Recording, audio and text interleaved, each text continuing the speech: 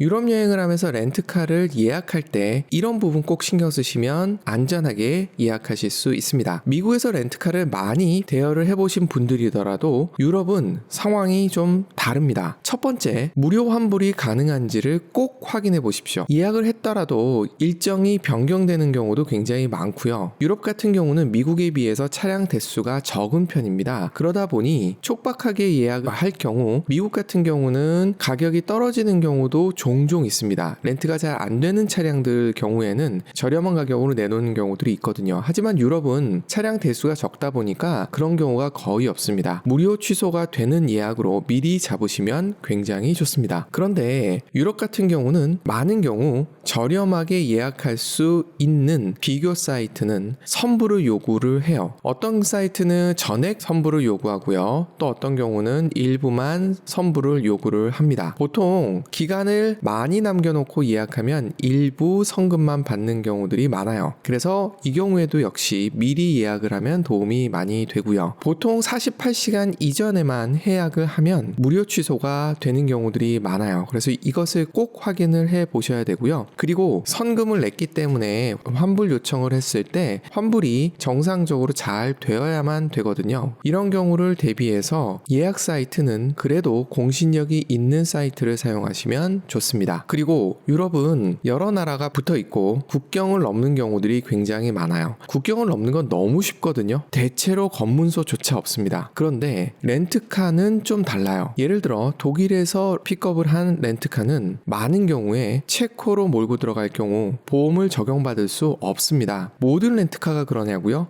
그렇지는 않고요. 제 경험으로는 헐츠나 엔터프라이즈 등은 독일에서 픽업한 차량을 체코로 몰고 들어가면 보험 혜택을 받지 못해요. 반면 알라모 같은 경우는 해주더라고요. 제가 지금 말씀드리는 이 시점 얘기이지 여러분들이 픽업하는 그 시점은 달라질 수도 있습니다. 그래서 예약을 하고 나서 반드시 국경 클로스 보드라고 표현이 되어 있거든요. 클로스 보더에 대한 규정을 반드시 살펴보셔야 됩니다. 간혹 나는 문제 없었는데요 라고 얘기하시는 댓글들이 있는데 운이 좋으셨던 것 뿐이에요. 저는 안전하고 즐거운 여행을 추구하는 사람이어서 이런 부분은 꼼꼼하게 살펴보시길 추천드립니다. 그리고 또 하나, 미국 같은 경우는 거의 모든 차량이 오토예요. 아니, 수동인 차를 찾기가 불가능하다고 보는 게 맞아요. 반면에 유럽은 반반이라고 보셔야 됩니다. 물론 최근에 자동 변속기를 가진 렌트카들이 많이 늘어나고는 있습니다. 하지만 여전히 수동이 많고요. 경우에 따라선 수동인 경우가 훨씬 저렴해요. M이라고 적혀있는 게 수동이고요. A라고 적혀있는 게 자동이라고 보시면 됩니다. 수동을 운전하실 수 있는 경우가 아니고 요즘 같은 경우는 대부분 오토 면허인 경우들이 많잖아요. 이런 경우에는 꼼꼼하게 살펴보시고 자동 미션을 가진 차를 선택하셔야만 됩니다. 안 그럼 낭패를 보실 수 있거든요. 또 하나, 미국은 경유를 사용하는 차를 찾기가 어려워요. 최근엔 좀 늘고 있는 것 같습니다만 유럽은 전기차, 경유, 가솔린이 3분의 1씩 있는 느낌이에요. 그렇기 때문에 유종을 눈여겨보셔야 됩니다. 일반적으로 경유 차량들이 연비가 좋아요. 그래서 예약할 때 디젤 개런티라고 적혀있는 경우들이 종종 있습니다. 기름값도 아끼실 수 있어요. 주행거리가 길면 길수록 더 하겠죠? 주행거리 이야기가 나왔으니까 연결해서 말씀드리자면 미국의 거의 대부분의 렌트카 회사든 주행거리 제한이 없습니다. 간혹 있거든요. 반면 유럽은 대부분 주행거리 제한이 있고요. 간혹 없습니다. 대체로 하루에 300km 이상을 못 가게 하는 경우들이 많아요. 100km인 경우도 있고요. 킬로미터당 0.3유로 뭐 이렇게 적혀 있는 걸 보면서 얼마 안 되네 하면서 픽업하시는 경우들이 있는데 주의가 필요한 것이 렌트카 회사에서 받는 비용일 뿐 실제로 여기에 텍스가 붙고요. 공항세가 붙는 경우들이 많아요. 제가 벨기에에서 차량을 렌트할 때 주행거리 무제한이 없어서 어쩔 수 없이 리미티드 되어 있는 차를 픽업을 했었어요. 그리고 추가 주행한 거리만큼을 곱해가지고 이 정도 내면 되겠지 했는데 약 30% 정도를 더 청구하더라고요. 그 안에 세금, 공항세 이런 것들이 있었어요. 물론 나라마다 이 세금 요율이 다르기 때문에 좀 차이가 있겠습니다만 이런 부분까지 신경을 쓰고 싶지 않으신 분이라면 주행거리 무제한인 차를 신중하게 선택하셔야 됩니다. 구글 맵을 통해서 대략의 주행거리를 뽑으시는 경우들이 있을 텐데 거기에 적게는 50에서 100% 정도를 추가하시는 게 맞아요. 왜냐하면 시내에서 다닐 일도 있고 예기치 않게 길을 잘못 들 수도 있거든요. 주행거리를 2배로 충분히 계산을 하시거나 아니면 무제한을 선택하시기를 권해드립니다. 그리고 보험, 미국 같은 경우는 풀 보험, 다시 얘기해서 추가 분담금이 없는 보험 상품들이 굉장히 많아요. 이걸 적용해주는 렌트카 회사 또는 중개회사들이 굉장히 많습니다. 반면 유럽은 없다고 보시는 게 맞으세요. 그래서 추가 분담금을 해결해주는 보험을 파는 회사들이 굉장히 많거든요. 이런 데들을 미리 확인해 보시고 보험을 추가로 가입해 두시면 좋아요. 혹은 렌트카를 픽업할 때 직원들이 거의 100% 자사의 추가 분담금 면제 보험을 팔려고 합니다. 영업사원이라고 보시면 되세요. 혹시 구매를 하실 수도 있는데 이 경우에는 반드시 추가 서비스를 강력하게 요청을 하시면 됩니다. 왜냐하면 그만큼 남는 장사거든요. 아이슬란드에서 차량을 픽업할 때 서류 처리가 다 된 다음에 직원한테 그냥 지나가는 이야기로 서비스 뭐 하나 해줄래? 라고 물어봤더니 뭔가를 주섬주섬 하더니 차량에서 쓸 수 있는 포켓 와이파이를 무료로 제공을 해주더라고요. 이런 재수도 있으니까 기왕이면 데스크 직원이랑 친하게 지내시고 그리고 서비스를 요청해 보시는 것도 괜찮을 수 있습니다. 예약할 때 특별 서비스가 붙어 있는 경우들이 있어요. 물론 이것 또한 미리 예약할 때 해당하는 겁니다. 운전자 추가를 무료로 해주는 경우들이 있어요. 적게는 1명, 많게는 3명까지도 되기도 합니다. 여러 명이서 같이 운전을 할 경우 대형차를 빌리실 경우도 있거든요. 이런 경우에 추가 운전수에 대한 비용이 만만치 않거든요. 그래서 이런 서비스가 있으면 적극적으로 활용해 보시면 좋고요. 때에 따라서 한 탱크를 무료로 드립니다 라는 서비스도 있어요. 우리나라에서 렌트를 하면 차량을 픽업할 때 게이지만큼 채워서 돌려주세요 라고 얘기하는데 참 쉽지 않지 않습니까? 유럽이나 미국은 대부분 풀로 채워둔 차량을 렌트를 해줘요. 그러면 다시 풀로 채워서 반납하면 됩니다. 보통 풀 투 풀이라고 표현이 되어 있어요. 근데 가끔 한 탱크를 추가해 드릴게요 라는 경우들이 있어요. 이런 경우에는 풀로 되어 있는 상태에서 차량을 픽업하신 다음에 반납할 때 기름이 없어도 됩니다. 약간 아슬아슬한 짜릿함을 즐길 수도 있는 포인트이기도 해요. 이런 서비스를 잘 확인하시고 유럽에서 렌트카를 하시면 무거운 짐을 이고 지고 끌고 다니실 필요가 많이 줄어듭니다. 아니 거의 없어집니다. 그래서 유럽에서도 로드트립을 해보시기를 추천드리면서 렌트카 예약하실 때 체크포인트들 활용해 보시면 좋겠습니다.